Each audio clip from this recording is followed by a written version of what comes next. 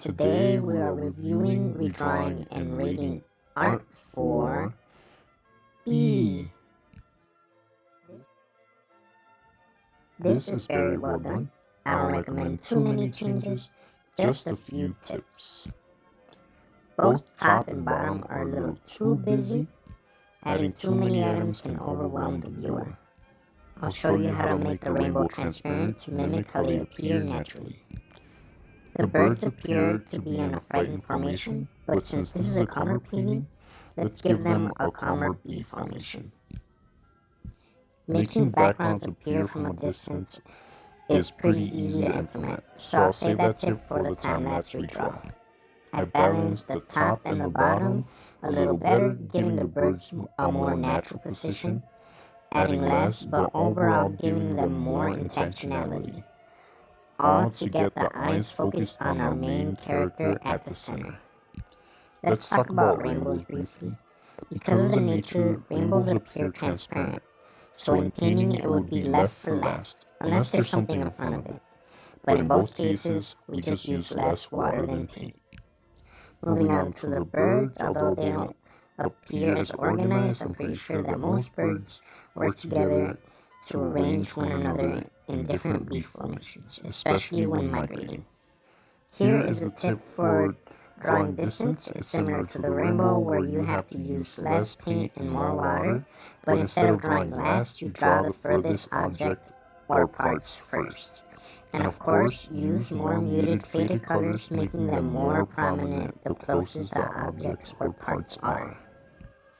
In digital paint, layers generally work independently from one another, one on top of the other. In painting, there are no layers, but we can achieve similar effects by drawing further objects first and closer items last, exactly like drawing distance. As living beings, we are programmed to look for balance and focal points. Having a busy canvas disrupt that balance, and to fix that, we just need to center the character and have all other objects point to it. Zooming into the flowers, I created a slight gradient to make them look more natural, especially since I made them a lot bigger than the original piece. To achieve a good gradient is pretty easy.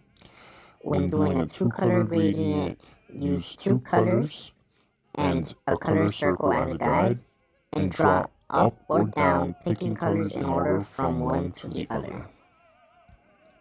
Lastly, in the time-lapse, I used rough guides to center the main character and establish the main focal point of the painting. I outlined the clouds and flowers in yellow, gave our main character a yellow aura, and that same aura reflected on the grass to give that magical feeling. Finally, as if I were painting in real life, I added the rainbow for last. That should be all for the review and notes. Let's move on to the rating. I give this piece an 8.5 out of 10. I love the vibrant colors and great setup of field and rainbows. But it did have a little too much going on, so a few tips and notes could push it a little further. Other than that, it's a great piece. Thank you for submitting. If you want your art reviewed, redrawn, and rated, make sure to follow and DM on your favorite social media. And Kara has priority. Here are my socials, and if you would like to follow B on her journey, here are her socials. Peace.